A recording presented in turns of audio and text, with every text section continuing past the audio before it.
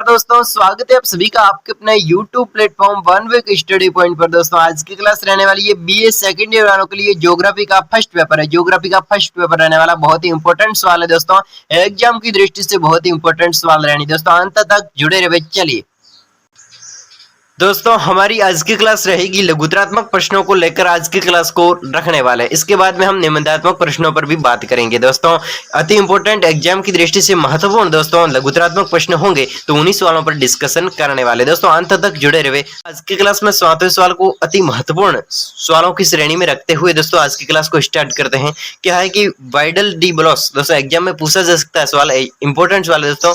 चलिए इसको समझते हैं। वाइडल डी ब्लॉस के अनुसार मानव भूगोल के कार्य क्षेत्र का उल्लेख कीजिए। वाइडल डी ब्लॉस के अनुसार मानव भूगोल का कार्य क्षेत्र कितना है, इस कार्य क्षेत्र का उल्लेख करना है। तो पहले दोस्तों वाइडल डी ब्लॉस ने अपने पुस्तक में मानव भूगोल के सिद्धांतों और मानव भूगोल के विषय सामग्री को अलग अलग भागों में 3 भागों में बांटा। पहले तो जनसंख्या के आधार पर मानव भूगोल को बांटा है।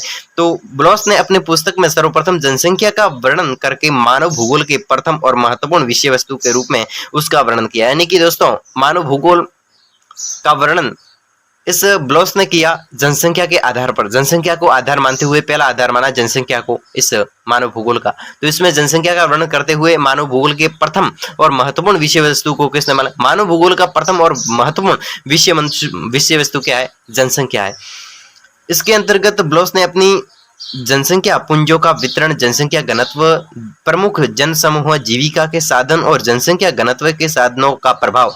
दोस्तों यहाँ पर प्रोफेसर ब्लॉस ने इसके अंतर्गत क्या किया कि ब्लॉस ने जनसंख्या के पुंजों का वितरण, जनसंख्या कहाँ पर वितरित है, जनसंख्या का घनत्व किस क्षेत्र में कितनी जनसंख्या है, वहां पर अगर अधिक जनसंख्या है, क्षेत्र छोटा है और जनसंख्या अधिक है, तो दोस्तों उसका क्या होगा? घनत्व ज्यादा होगा। क्षेत्र का घनत्व यानी जनसंख्या का घनत्व ज्यादा होगा। प्रमुख जन समूह यानी प्रमुख रूप से कौन कौन सी जन समूह किस एरिया में पाए जाते हैं उसके बारे में। जीविका के साधन यानी कि लोग अपने जीवन जीने के लिए किस कार्य को करते हैं। और जनसंख्या घनत्व के संबंधों का प्रभाव, जनसंख्या वृद्धि के कारण। दोस्तों जनसंख्या वृद्धि क्यों हो रही है उसके कारण, जनसंख्या का स्थानांतरण, जनसंख्या का स्थानांतरण एवं विश्व की विभिन्न मानव प्रजातियों का विकास तथा विश्व की पूरी मानव प्रजाति का विकास तथा वितरण आदि कारकों को समायोजित इस जनसंख्या में किया है। मानव भूगोल की पहली पीढ़ी किसको माना, पहली सीढ़ी किसको माना? दोस्तों पहला आधार माना जनसंख्या को। दूसरा आधार माना इसने ब्लॉस, प्रोफेसर ब्लॉस की बात हो रही है। दूसरा आधार माना इसने सांस्कृतिक तत्व। दोस्तों किसको? सांस्कृतिक तत्वों को माना। ब्लॉस ने सांस्कृतिक तत्वों के अंतर्गत सभ्य मानव भूगोल एवं मानव द्वारा निर्मित विभिन्न कृत्रिम तथ्यों को समावेशित किया। यहाँ पर दोस्तों ब्लॉस ने सांस्कृतिक तत्वों के अंतर्गत सभ्य मानव एवं मानव द्वारा निर्मित, सभ्य मानव या फिर मानव द्वारा निर्मित जो कृत्रिम सामग्री होती है उसको समावेशित किया है। विशेषतः वातावरण, दोस्तों वातावरण से पेड़ पौधे, वातावरण में पेड़ पौधे, विभिन्न पालतू तथा जंगली जानवर, मानव द्वारा प्राकृतिक वातावरण के विभिन्न तत्वों के अनुकूल विभिन्न मानव निर्मित औजारों और कच्चा माल, जीविका निर्वाह, दोस्तों जीविका निर्वाह के साधन, विभिन्न मानव बस्तियों की निर्माण सामग्री, मानव बस्तियों, सभ्यता का विकास आदि को सम्मिलित किया है। यानी दोस्तों इस सांस्कृतिक तत्वों के अंतर्गत प्रोफेसर ब्लॉस ने किसको सम्मिलित किया है? मानव द्वारा निर्मित जो सामग्री होती है उसको सम्मिलित किया है। और साथ ही साथ में जो वातावरण में पेड़ पौधे होते हैं, जीव जंतु होते हैं, पशु पक्षी होते हैं, मानव होते हैं, और मानव द्वारा जो प्राकृतिक वातावरण उत्पन्न किया जाता है उसके अनुकूल दोस्तों मानव द्वारा निर्मित औजार होते हैं और कच्चा माल होता है। जैसे कि मानव ने बाजरा, दोस्तों बाजरे का उत्पादन किया, बाजरे को पका तो दिया लेकिन वो क्या माल है? कच्चा माल है। अब कच्चा माल पक्का माल, जैसे कि सरसों है तो सरसों एक कच्चा माल है। अगर सरसों को अगर हम उसका तेल बनाएंगे, कब? जब उसको फैक्ट्रियों में ले जाया जाएगा और उसमें उसका तेल बनाया जाएगा, तब वो तेल है वो पक्का माल होगा। और ये जो किसान ने उत्पन्न किया है दोस्तों सरसों, तो वो क्या है? कच्चा माल है। यानी कि जो कच्चा माल होता है मानव के द्वारा निर्मित औजार होते हैं, जीविका परिवहन के साधन होते हैं। जीविका परिवहन किस प्रकार करता है, यानी कौन सा कार्य करके अपना जीवन निर्वाह करता है, रोजी रोटी खाता है, यानी उसका जीवन निर्वाह किस प्रकार करता है। ठीक है। विभिन्न मानव बस्तियों की निर्माण सामग्री, मानव बस्तियों तथा विभिन्न सभ्यताओं का विकास है वो इसके अंतर्गत आता है दोस्तों। किसके अंतर्गत? सांस्कृतिक तत्व के अंतर्गत आता है। अगला है दोस्तों, प्रोफेसर ब्लोस ने किसको आधार माना? परिवहन को। परिवहन को मानव द्वारा सवेको तथा अन्य उपयोगी पदार्थों के एक स्थान से दूसरे स्थान पर ले जाने वाले परिवहन के विभिन्न साधनों को ब्लोस ने मानव भूगोल के तथ्यों के अंतर्गत शामिल किया। दोस्तों ब्लोस ने यहाँ पर बहुत ही अच्छी बात लिखी है कि ब्लोस ने मानव भूगोल का तीसरा आधार माना परिवहन को माना है कि इसमें परिवहन भी मानव भूगोल के अंतर्गत आता है। किसने बताया? ब्लोस ने बताया। तो ब्लोस ने यह बताया कि मानव द्वारा सव्य तथा अन्य उपयोगी जो मानव के लिए उपयोगी सामग्री होती है उसको एक स्थान से दूसरे स्थान पर, जैसे कि एक स्थान पर तो सामग्री निर्मित हुई है और उसको अगर घर पे ले जाना है तो वो किस साधनों के द्वारा वो ले जाएगा, तो उस साधनों को दोस्तों इस परिवहन के अंतर्गत शामिल किया गया है। इसके अंतर्गत सव्य मानव विभिन्न पशु, दोस्तों सव्य मानव है वो विभिन्न पशु जिसका उपयोग परिवहन के लिए के रूप में किया जाता है। दोस्तों मानव है वो अगर किसी वस्तु को परिवहन के लिए पशु का उपयोग करता है, पशु की सहायता से एक स्थान से दूसरे स्थान पर अपनी वस्तु को ले जाया जाता है, तो वो भी परिवहन में आएगा। गाड़ियां हैं, विभिन्न मार्ग परिवहन है, मार्ग दोस्तों सड़कें हैं तो सड़कें वो भी क्या है, किस में आएगी? परिवहन में आएगी। जैसे कि सड़कें, रेल मार्ग, महासागरीय दोस्तों परिवहन होता है, जैसे कि नाव आदि में अपना सामान ले जाया जा सकता है, तो वो परिवहन के अंतर्गत मानव भूगोल का क्षेत्र शामिल है। तो दोस्तों अब बढ़ते हैं आगे अगले सवाल की ओर।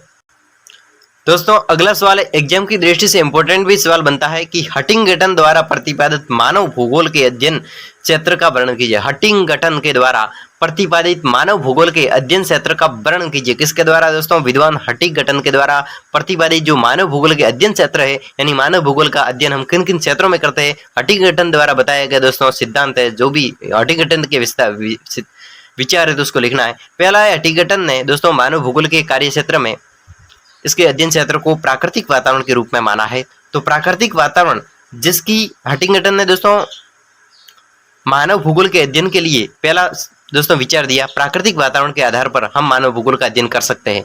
तो प्राकृतिक वातावरण जिसकी भौतिक परिस्थितियां, प्राकृतिक ऐसा प्राकृतिक वातावरण जिसकी भौतिक परिस्थितियां तथा ग्लोबीय स्थिति, भूमि बनावट, ऐसा प्राकृतिक वातावरण जिसकी भूमि बनावट अच्छी हो, ग्लोबीय स्थिति अच्छी हो, जलाशय हो, मिट्टी हो, खनिज हो, खनिज संपदा हो, जलवायु देते हो, जलवायु होते हैं।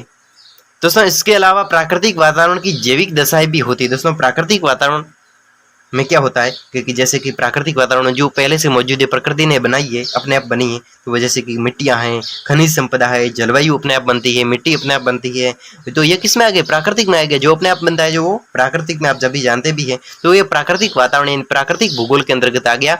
इसमें वनस्पति जंतु भी आते हैं। ये प्राकृतिक वातावरण है वो भी एक मानव भूगोल के अध्ययन के लिए सहायक है। अगला विचार है हटिंगटन का कि मानव वर्ग, इसके अंतर्गत मानव वर्ग जो प्राकृतिक वातावरण का उपयोग अपने जीवन की आवश्यकताओं के अनुसार करने की क्षमता रखता है। दोस्तों मानव वर्ग की बात करें तो इस मानव वर्ग के अंतर्गत मानव वर्ग जो प्रकृति वातावरण का उपयोग कर, ऐसा मानव वर्ग जो प्रकृति के वातावरण का उपयोग करके जीवन की आवश्यकताओं के अनुसार करने की, जीवन की आवश्यकताओं के अनुसार उसको मैनेजमेंट करने की अगर क्षमता रखता है तो वही दोस्तों मानव वर्ग के अंतर्गत आता है।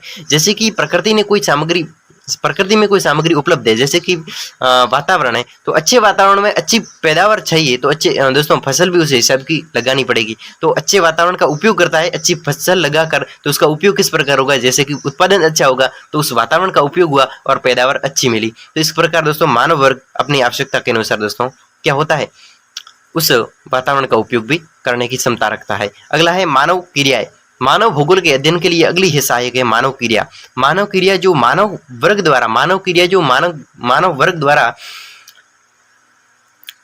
की गई क्रिया होती है, जिसको मानव वर्ग अपनी भौतिक आवश्यकताओं की पूर्ति तथा भोजन, स्वास्थ्य की रक्षा के लिए उच्च आवश्यकताओं की पूर्ति, जैसे कि शिक्षा है, विज्ञान है, कला है, साहित्य है, आदि के लिए करता है। यानी कि दोस्तों मानव की क्या क्या क्रिया करता है, मानव कौन कौन से काम करता है, जैसे कि मानव की क्रिया है, मानव वर्ग द्वारा, कोई भी मानव वर्ग है तो उसके द्वारा की गई क्रिया होती है जिसको मानव वर्ग अपनी भौतिक आवश्यकताओं, मानव वर्ग है वो अपनी भौतिक आवश्यकताओं की पूर्ति तथा भोजन, स्वास्थ्य की रक्षा के लिए जो उच्च आवश्यकताओं की पूर्ति करता है। जैसे कि शिक्षा प्राप्त करना एक मानव की भौतिक दोस्तों आवश्यकता है, अपनी दोस्तों भोजन है, स्वास्थ्य है, और खुद के आने वाली पीढ़ी की रक्षा के लिए दोस्तों शिक्षा ग्रहण करता है और सक्सेस होने की दोस्तों चाह रखता है। दोस्तों एक विज्ञान का क्षेत्र, जैसे कि होम साइंस। तो ये भी दोस्तों विज्ञान भी क्या होता है, एक हम कह सकते हैं दोस्तों कि मानव भूगोल के अंतर्गत मुख्य भूमिका निभाती कला है, कोई भी काम करने की कला है, साहित्य है, तो आदि के लिए ये कार्य करता है कौन, मानव की क्रियाएं, ये सभी मानव भूगोल के अंतर्गत अच्छी तरीके से कार्य करते हैं। चलिए दोस्तों अब मिलते हैं अगली क्लास में।